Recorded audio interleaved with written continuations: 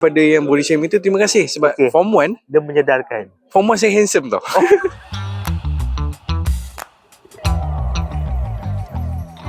Minta saranan lah. Kita tengok sekarang ni kan makanan dah pelbagai. Mungkin dari segi kanak-kanak hari ni pun dia dah banyak makan processed food. Jadi sebagai orang yang pernah mengalami masalah berat badan, mungkin saranan kepada ibu bapa lah terhadap anak-anak mereka.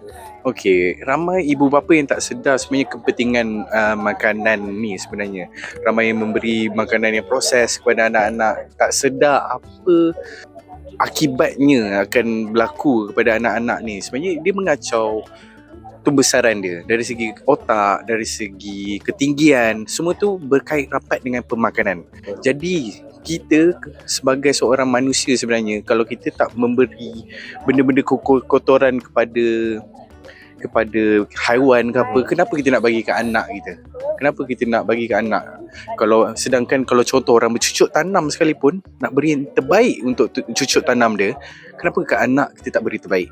Jadi saranan saya, berilah khasiat yang terbaik kepada anak-anak, dan insyaAllah dengan usaha tu anak-anak akan membesar dengan lebih sihat. Secara jujurnya, pandai memasak? Secara jujurnya memasak pandai, tapi sedap tu tak. Mungkin boleh kongsikan apa antara air tangan Amir sendirilah yang bukan, kalau diingat, bukan air tangan pertama yang pernah Amir masak? Okey, saya membesar, saya tak adalah tak ada macam orang gaji, tak ada. Jadi mak bapak dua-dua kerja. Air tangan pertama saya adalah telur goreng. Dan saya bangga benda tu, sampai setiap hari saya masak telur goreng dan makan. Sampailah saya naik 20 kg. Okey. Dulu saya gemuk tau. Sebab tu umur berapa waktu tu? Waktu tu saya darjah 3 kot. Darjah 3. Pada darjah 3 saya belajar macam mana nak goreng telur. Saya goreng telur hampir setiap hari, pagi, petang, siang, malam. Bukan tu je. Sebab dua-dua family ibu bapa saya agak busy. Sebenarnya boleh je makan benda lain. Ada je adik-beradik yang masak benda lain, tapi dah bangga pandai masak. Itu yang naik sampai 20 kilo tu? Ya. Wah, zaman kanak-kanak lah ada masalah kenaikan berat badan tu? Ya, pada saya dulu kira membesar tak adalah setiap masa, tapi saya agak gemuk. Okey. Dan benda tu sebenarnya membantu saya untuk lebih peka dari segi pemakanan juga sebenarnya. Sebab saya tahu, okey, kalau makan benda berminyak yang agak banyak minyaknya, boleh jadi gemuk.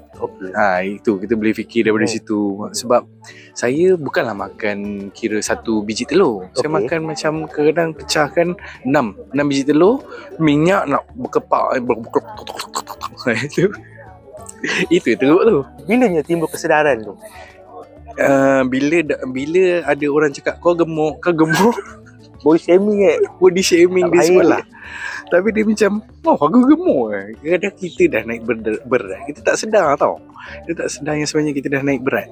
So itu time tu bila dah kena ejek. Terima kasih. Umur berapa tu? Umur time tu darjah 6. Darjah 6. Kecil-kecil dah kena body shaming Ya. Darjah 6, tapi kepada yang body shaming tu, terima kasih sebab form 1 dia menyedarkan. Form 1 saya handsome tau. Jadi apa rutin yang dilakukan? Selain dari diet mungkin? Diet saya tak jaga sangat jugalah. Sebab kita mana nak tahu sangat apa yang patut makan, apa tak. Tapi saya lebih aktif lah lepas tu. Saya kira melalui itu, okey handsome. Form 1. Terima kasih kepada yang menegur tu.